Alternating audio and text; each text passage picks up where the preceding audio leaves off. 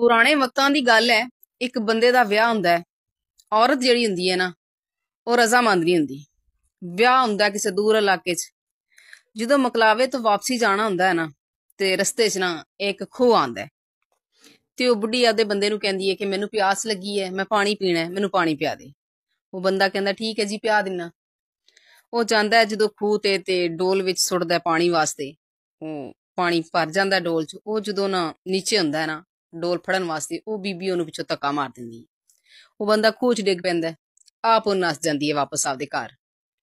ਘਰੇ ਜਦੋਂ ਜਾਂਦੀ ਹੈ ਤੇ ਉਹਦੀ ਮਾਂ ਪੁੱਛਦੀ ਹੈ ਕਿ ਵਾਪਸ ਆ ਗਈ। ਉਹ ਕਹਿੰਦੀ ਜੀ ਰਸਤੇ 'ਚ ਆ ਗਿਆ ਸੀ ਬਹੁਤ ਵੱਡਾ ਤੂਫਾਨ, ਤੇ ਉਹ ਮੈਨੂੰ ਕਹਿੰਦੇ ਨੇ ਕਿ ਤੁਸੀਂ ਵਾਪਸ ਚਲੇ ਜਾਓ ਤੇ ਮੈਂ ਅੱਗੇ ਜਾਣਾ। ਹੁਣ ਉਹਦੇ ਜ਼ੇਨ 'ਚ ਇਹ ਸੀ ਕਿ ਉਹ ਵਿੱਚ ਡਿੱਗ ਗਿਆ, ਮਰ ਗਿਆ ਹੋਣਾ। ਥੋੜੀ ਦੇਰ ਬਾਅਦ ਨਾ ਉਸੇ ਰਸਤੇ ਦੇ ਉੱਤੋਂ ਦੀ 2-4 ਬੰਦੇ ਲੰਘਦੇ ਨੇ ਤੇ ਉਹਨਾਂ ਨੂੰ ਪਿਆਸ ਲੱਗਦੀ। ਉਹ ਖੂਹ ਤੇ ਜਾਂਦੇ ਨੇ। ਖੂਹ ਤੇ ਜਾਂਦੇ ਨੇ ਤੇ ਵੇਖਦੇ ਨੇ ਕਿ ਇੱਕ ਬੰਦਾ ਨਾ ਖੂਹ 'ਚ ਲਟਕਿਆ ਪਿਆ ਹੁੰਦਾ। ਉਹ ਬੰਦੇ ਨੂੰ ਪੁੱਛਦੇ ਬਈ ਤੂੰ ਇੱਥੇ ਕਿਵੇਂ? ਉਹ ਕਹਿੰਦਾ ਯਾਰ ਮੈਨੂੰ ਬਾਹਰ ਕੱਢੋ, ਮੈਂ ਤੁਹਾਨੂੰ ਦੱਸਦਾ ਕਿ ਮੈਂ ਅੰਦਰ ਕਿਵੇਂ ਗਿਆ। ਜਦੋਂ ਉਹਨੂੰ ਬਾਹਰ ਕੱਢਦੇ ਨੇ ਤੇ ਉਹਨੂੰ ਬੰਦੇ ਪੁੱਛਦੇ ਹਾਂ ਬਈ ਕਿਵੇਂ ਗਿਆ ਅੰਦਰ। ਹੁਣ ਉਹ ਸੋਚਦਾ ਹੈ ਜੇ ਮੈਂ ਗੱਲ ਇਹਨਾਂ ਨੂੰ ਦੱਸਾਂ ਆਪਦੀ ਘਰ ਵਾਲੀ ਦੇ ਬਾਰੇ ਕਿ ਉਹਨੇ ਮੇਰੇ ਨਾਲ ਇੰਜ ਕੀਤੀ ਹੈ ਤੇ ਗੱਲ ਤੇ ਮਾੜੀ ਹੈ। ਉਹ ਕਹਿੰਦਾ ਯਾਰ ਮੈਂ ਤੋਂ ਲੰਘਦਾ ਪਿਆ ਸੀ, ਹਵਾ ਤੇਜ਼ ਆਈ ਤੇ ਮੈਂ ਨਾ ਇਹਦੇ ਵਿੱਚ ਡਿੱਗ ਪਿਆ। ਉਹ ਕਹਿੰਦੇ ਚਲੋ ਜੀ। ਉਹ ਹੁਣ ਵਾਪਸ ਆਪਦੇ ਸਹੁਰਿਆਂ ਤੇ ਚਲਾ ਜਾਂਦਾ ਹੈ। ਜਦੋਂ ਸਹੁਰਿਆਂ ਤੇ ਜਾਂਦਾ ਹੈ ਤੇ ਉਹਦੀ ਬੁੜੀ ਉਹਨੂੰ ਵੇਂਦੀ ਹੈ ਤੇ ਉਹ ਬੜੀ ਪਰੇਸ਼ਾਨ ਵੀ ਇਹ ਮਰਿਆ ਨਹੀਂ, ਮੈਂ ਤਾਂ ਸੋਚਿਆ ਇਹ ਡਿੱਗ ਪਿਆ ਖੂਹ 'ਚ, ਇਹ ਮਰ ਗਿਆ ਹੋਣਾ। ਲੇਕਿਨ ਨਹੀਂ। ਚਲੋ ਬਹਿਰਹਾਲ ਉਹਦੀ ਮਾਂ ਕਹਿੰਦੀ ਪਈ ਉਹ ਆ ਗਿਆ ਤੇਰਾ ਬੰਦਾ ਤੈਨੂੰ ਲੈਣ ਵਾਸਤੇ, ਤੇ ਤੂੰ ਹੁਣ ਆਪਦੇ ਘਰ ਜਾ। ਆਪਦੇ ਕੱਪੜੇ ਛਪੜੇ ਬੰਨਦੀ ਹੈ। ਬੰਦਾ ਆਉਂਦਾ ਅੱਗੇ ਅੱਗੇ, ਉਹ ਉਹਦੇ ਪਿੱਛੇ ਪਿੱਛੇ।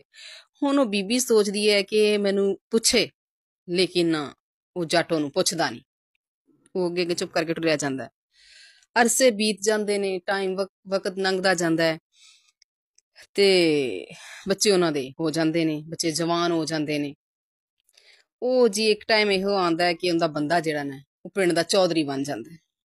ਉਹ ਜਦੋਂ ਪਿੰਡ ਦਾ ਚੌਧਰੀ ਬਣਦਾ ਹੈ, ਫੈਸਲੇ ਕਰਨ ਲੱਗ ਪੈਂਦਾ ਹੈ। ਇੱਕ ਦਿਨ ਉਹਦੇ ਕੋਲੇ ਨਾ ਇੱਕ ਲੜਕੀ ਤੇ ਲੜਕੇ ਦਾ ਫੈਸਲਾ ਆਉਂਦਾ ਹੈ। ਉਹ ਕੋਈ ਮੁੰਡਾ ਨਾ ਕੁੜੀ ਨੂੰ ਛੇੜਦਾ ਸੀ ਰਸਤੇ ਲੰਘਦੀ 'ਚ।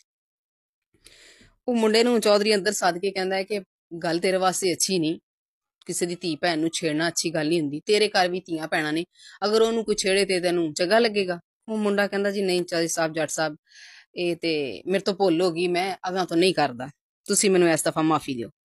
ਕੁੜੀ ਨੂੰ ਸੱਦਦਾ ਹੈ ਕਿ ਬੇਟਾ ਜਦੋਂ ਬਾਹਰ ਜਾਈਏ ਨਾ ਤੇ ਪਰਦਾ ਕਰਕੇ ਜਾਈਦਾ ਹੈ, ਤੇ ਐਵੇਂ ਮੂੰਹ ਚਾ ਕੇ ਗਲੀਆਂ 'ਚ ਇੱਧਰ ਉੱਧਰ ਨਹੀਂ ਫਿਰੀਦਾ, ਕੋਈ ਕੰਮ ਹੋਵੇ ਤੇ ਬਾਹਰ ਜਾਈਦਾ। ਉਹ ਗੱਲ ਖਤਮ ਹੋ ਜਾਂਦੀ ਹੈ। ਉਹ ਚੌਧਰੀ ਜੱਟ ਦਾ ਮੁੰਡਾ ਇਹ ਗੱਲ ਸੁਣਦਾ ਪਿਆ ਹੁੰਦਾ। ਉਹ ਆਪਦੇ ਪਿਓ ਕੋਲ ਆਉਂਦਾ ਤੇ ਆਪਦੇ ਪਿਓ ਨੂੰ ਕਹਿੰਦਾ ਕਿ ਅੱਬਾ ਜੀ ਇਹ ਜਿਹੜੀ ਤੁਸੀਂ ਗੱਲ ਕੀਤੀ ਹੈ, ਜਿਹੜਾ ਤੁਸੀਂ ਫੈਸਲਾ ਕੀਤਾ ਹੈ ਨਾ, ਇਹ ਸਾਡੀ ਸਮਝ ਨਹੀਂ ਆਇਆ, ਤੁਸੀਂ ਗੱਲ ਖੋਲੋ, ਬਾਹਰ ਲਿਆਓ, ਫੈਸਲਾ ਲੋਕਾਂ ਨੂੰ ਵੀ ਸੁਣਾਓ ਕਿ ਤੁਸੀਂ ਕੀ ਫੈਸਲਾ ਕੀਤਾ ਹੈ। ਉਹ ਆਂਦਾ ਅੱਛਾ। ਉਹ ਆਂਦਾ ਤੂੰ ਇਸ ਤਰ੍ਹਾਂ ਕਰ, ਆਪਦੀ ਮਾਂ ਕੋਲੇ ਜਾ ਤੇ ਉਹਨੂੰ ਪੁੱਛ ਕਿ ਅੱਬਾ ਕਹਿੰਦਾ ਕਿ ਅੱਜ ਗੱਲ ਖੋਲ ਦਿਆਂ। ਉਹ ਕਹਿੰਦਾ ਠੀਕ ਹੈ, ਮੈਂ ਅੰਮੀ ਕੋਲੇ ਜਾਣਾ। ਉਹ ਆਪਦੀ ਮਾਂ ਕੋਲੇ ਜਾਂਦਾ ਹੈ ਤੇ ਮੁਖਤਸਿਰ ਜੀ ਗੱਲ ਸੁਣਾਣੀ ਹੈ ਤੁਹਾਨੂੰ।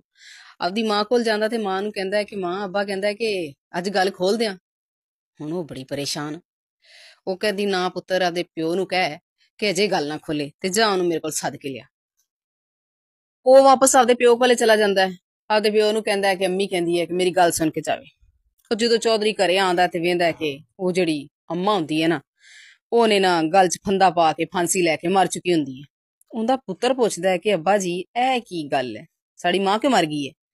ਉਹ ਚੌਧਰੀ ਇਹਨੂੰ ਦੱਸਦਾ ਕਿ ਪੁੱਤਰ ਜਦੋਂ ਸਾਡਾ ਵਿਆਹ ਹੋਇਆ ਸੀ ਨਾ, ਇੰਜ ਕਰਕੇ ਤੇਰੀ ਮਾਂ ਰਾਜੀ ਨਹੀਂ ਸੀ, ਇਹਨੇ ਮੈਨੂੰ ਖੂਹ 'ਚ ਧੱਕਾ ਦੇਤਾ ਸੀ ਤੇ ਸਾਰੀ ਜ਼ਿੰਦਗੀ ਲੰਘ ਗਈ, ਮੈਂ ਇਹਦੇ ਤੋਂ ਗੱਲ ਨਹੀਂ ਪੁੱਛੀ।